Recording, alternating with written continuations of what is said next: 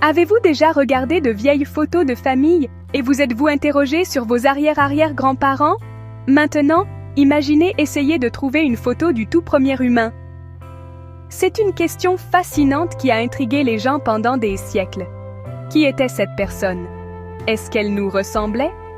Ce n'est pas une histoire simple avec un seul héros. Au lieu de cela, c'est une longue et complexe aventure qui s'est déroulée sur des millions d'années. La quête pour trouver le premier humain est l'un des plus grands mystères scientifiques. Elle nous ramène dans le temps, bien avant l'existence des villes, des livres ou même de l'agriculture, dans un monde très différent du nôtre. L'idée d'un premier homme unique est un peu un mythe. L'évolution humaine n'a pas été comme un interrupteur que l'on aurait actionné, où un jour il n'y avait pas d'humain et le lendemain il y en avait un. Ce fut un processus très lent et graduel. Pensez-y comme à un long escalier, avec de très nombreuses marches. Chaque marche représente un petit changement sur des milliers de générations. Nos ancêtres ont lentement changé, s'adaptant à leur environnement. Ils ont commencé à marcher sur deux jambes, leur cerveau a grossi et ils ont appris à utiliser des outils. Donc, nous ne pouvons pas désigner un individu et dire « c'était le premier ». Nous pouvons, cependant, identifier différentes espèces d'humains primitifs qui étaient nos lointains parents. Alors, comment savons-nous tout cela si personne n'était là pour l'écrire ou prendre des photos? Les scientifiques, comme des détectives, recherchent les indices laissés. Ces indices s'appellent des fossiles. Les fossiles sont les restes préservés d'anciennes créatures vivantes, comme des os ou des dents, qui se sont transformés en roches sur des millions d'années. Chaque fossile est une petite pièce d'un gigantesque puzzle. En étudiant ces os, les scientifiques peuvent comprendre à quoi ressemblaient nos ancêtres, comment ils marchaient, et même ce qu'ils mangeaient. C'est comme assembler un arbre généalogique qui s'étend sur des millions d'années, nous connectant à l'aube même de l'humanité. Ce voyage dans le passé n'est pas seulement une question d'os et de pierre. Il s'agit de comprendre l'essence même de ce qui nous rend humains. C'est une histoire de survie, d'innovation et d'adaptation face à des obstacles incroyables. En retraçant ce long chemin, nous commençons à voir comment nous sommes connectés à chaque être vivant et à la profonde histoire de notre planète. La recherche des premiers humains est vraiment une recherche de nous-mêmes. Elle nous aide à répondre à la question fondamentale: d'où venons-nous? Et ça, mes amis, c'est une histoire qui vaut la peine d'être explorée, une découverte à la fois.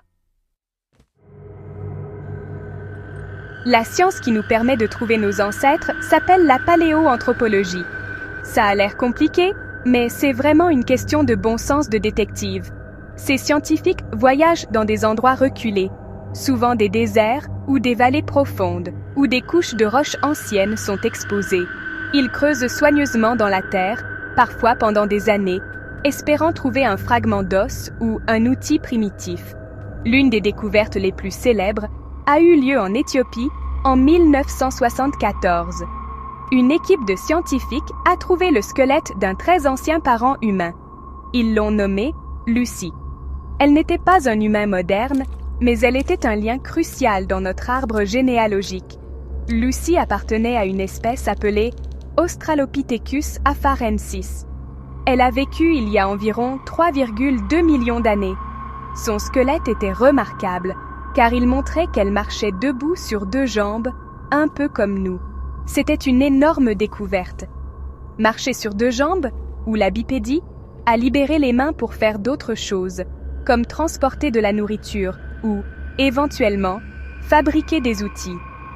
Lucy était assez petite, seulement environ 1 mètre de haut, et avait un petit cerveau. Mais sa capacité à marcher debout marque un moment clé dans notre évolution. Elle est l'une de nos ancêtres les plus célèbres, une grand-mère de toute l'humanité, en quelque sorte. Au fil du temps, de nouvelles espèces humaines sont apparues. Les scientifiques les regroupent dans le genre Homo, qui signifie humain en latin. L'un des premiers fut Homo habilis, ou homme habile, qui a vécu il y a environ 2,4 millions d'années et fut l'un des premiers à fabriquer des outils en pierre simple. Puis vint Homo erectus, qui avait un cerveau plus grand et fut le premier de nos parents à quitter l'Afrique et à explorer d'autres continents comme l'Asie et l'Europe.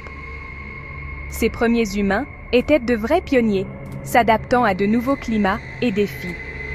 Chaque nouvelle découverte de fossiles ajoute un autre chapitre à cette incroyable histoire de migration et de développement humain. Enfin, nous arrivons à notre propre espèce, Homo sapiens, ce qui signifie « homme sage ». Nous sommes apparus pour la première fois en Afrique il y a environ 300 000 ans. Pendant longtemps, nous avons partagé la planète avec d'autres espèces humaines, comme les Néandertaliens en Europe. Mais finalement, seuls les Homo sapiens sont restés. Nous sommes les héritiers de ce long voyage évolutif. Chaque fossile, de Lucy aux premiers Homo sapiens, raconte une partie de notre histoire. Cela montre comment nous sommes passés de créatures à petits cerveaux marchant dans la savane africaine, à l'espèce qui un jour marcherait sur la Lune. Imaginez vous réveiller, non pas dans un lit douillet, mais dans une grotte ou un simple abri fait de branches. C'était la réalité des premiers humains.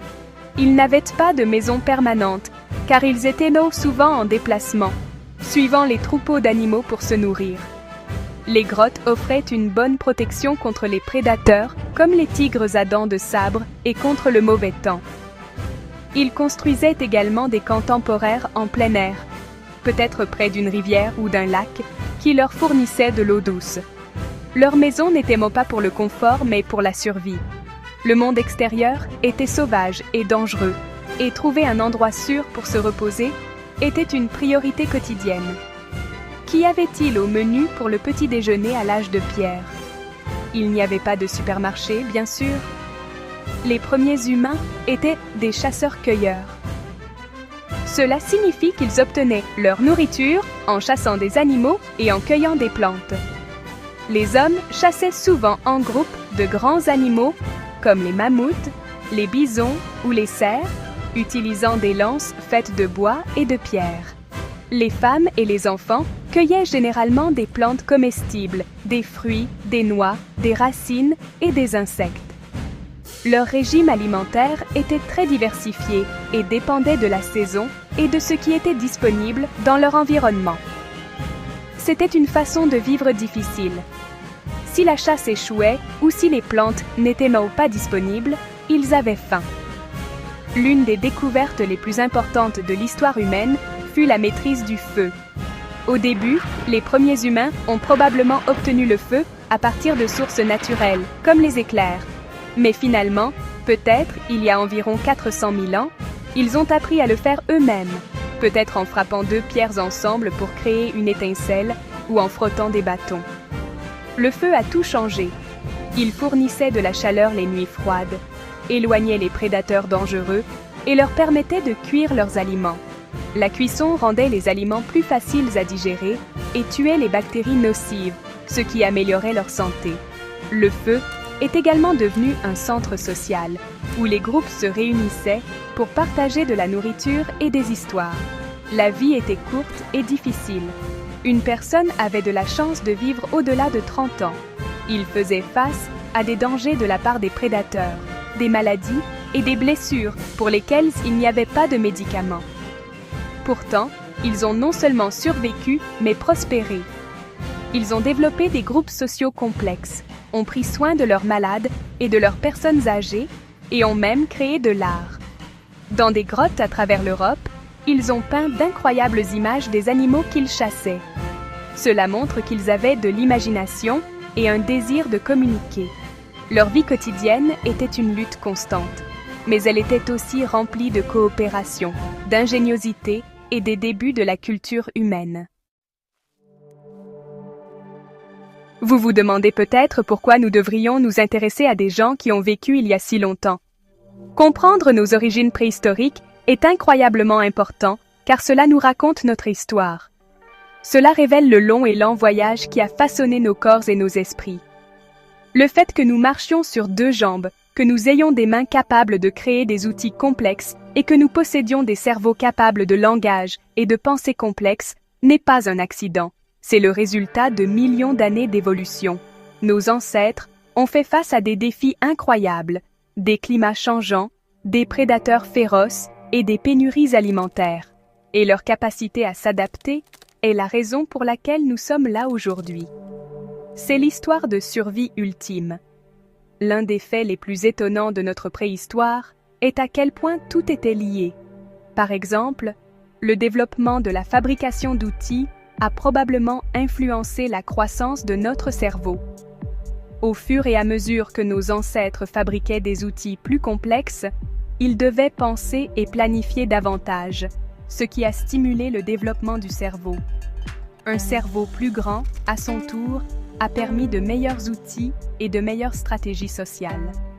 De même, apprendre à cuisiner avec le feu signifiait que nos corps pouvaient tirer plus d'énergie de la nourriture, ce qui a également contribué à alimenter nos cerveaux gourmands en énergie.